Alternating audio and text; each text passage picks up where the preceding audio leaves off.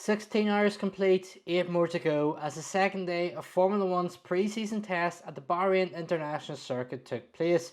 I'm Richard Smyth with Apex Motorsport, and let's take a look at some of the key talking points from Thursday's session. The morning session was going rather smoothly until the curb at turn 11 became loose and caused the session to be stopped and not resumed as track repairs got underway. Charles Leclerc was the first to potentially loosen part of the outside curb before Lewis Hamilton hit the same spot and fully dislodged it. Leclerc then followed again shortly afterwards and ran over the curb debris and caused some damage to his car.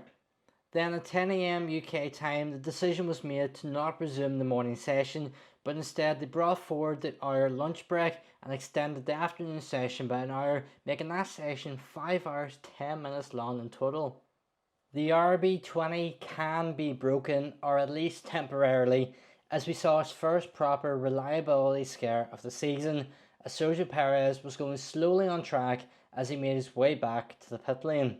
While he was able to get back out on track fairly swiftly and go on to complete 129 laps of the Bahrain International Circuit, it is something that we have come to not expect to see from a Red Bull car.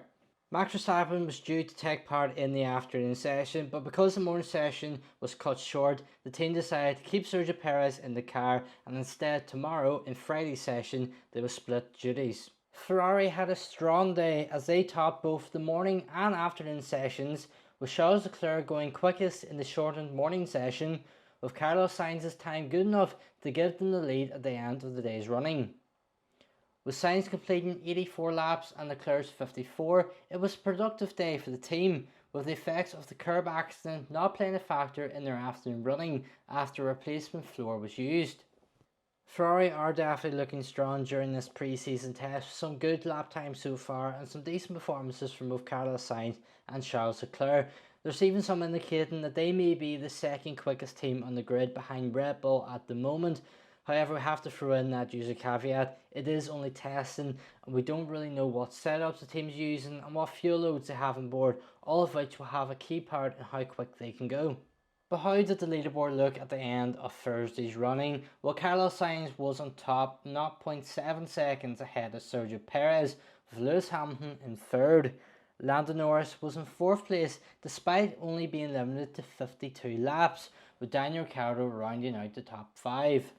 But there you have it, that's the second day of Formula One's pre-season test in Bahrain. Can Max Verstappen get back on track tomorrow and continue the dominant form that he's shown yesterday? Or will Ferrari continue to impress? Or will there be someone else surprising us all? But that's all we have time for in today's video. We will be back tomorrow with the key talking points from the third and final day of Formula One's pre-season test. Thanks for watching and we hope you can join us in the next one. Goodbye.